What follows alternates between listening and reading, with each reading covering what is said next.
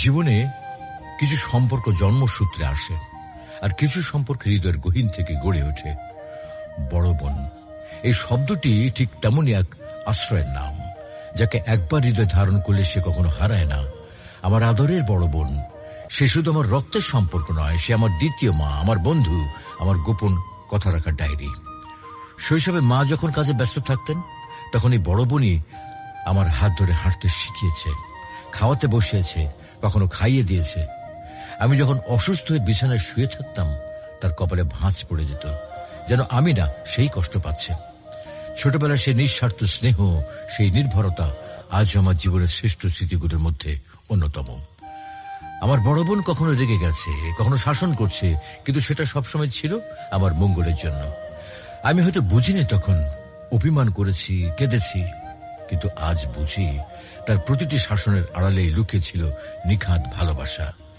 এখন যখন সে অন্য একটা পরিবারে, সংসারে, তখনই বুঝি ঘরে সে কোলাহল, সেই শাসন, সেই স্নেহ কি অমূল্য ছিল।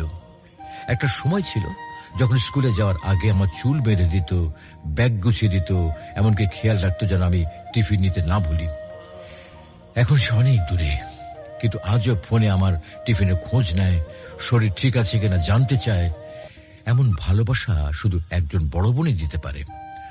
বড় বোন মানেই হলো ছায়া হয়ে পাশে থাকা এক মানুষ, নিজের সবটুকু দিয়ে ছোট ভাই বোনকে আগলে রাখে, নিজে কষ্টে থাকলেও মুখে হাসি রাখে, নিজের স্বপ্ন বিসর্জন দিয়ে আমাদের স্বপ্ন পূরণে সহযোগী হয়।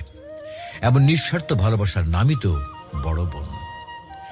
আজ যখন আমি জীবনে নানা কঠিন সময় পার করছি, তখন সেই কণ্ঠস্বর ভেসে আসে, ভয় পাস না, আমি তো আছি। এই শব্দটাই আবার বাঁচতে শেখায় আমাকে। আমার আদরের বড় বোন, তুই জানো না, তুই না থাকলে আমি এতটা শক্ত হতে পারতাম না। তুমি আমার জীবনের আশীর্বাদ। দোয়া করি আল্লাহর কাছে, আল্লাহ যেন তোমাকে সুস্থ রাখেন, শান্তিতে রাখেন। তোমার মতো বোন পাওয়াটা আমার জীবনের শ্রেষ্ঠ উপহার।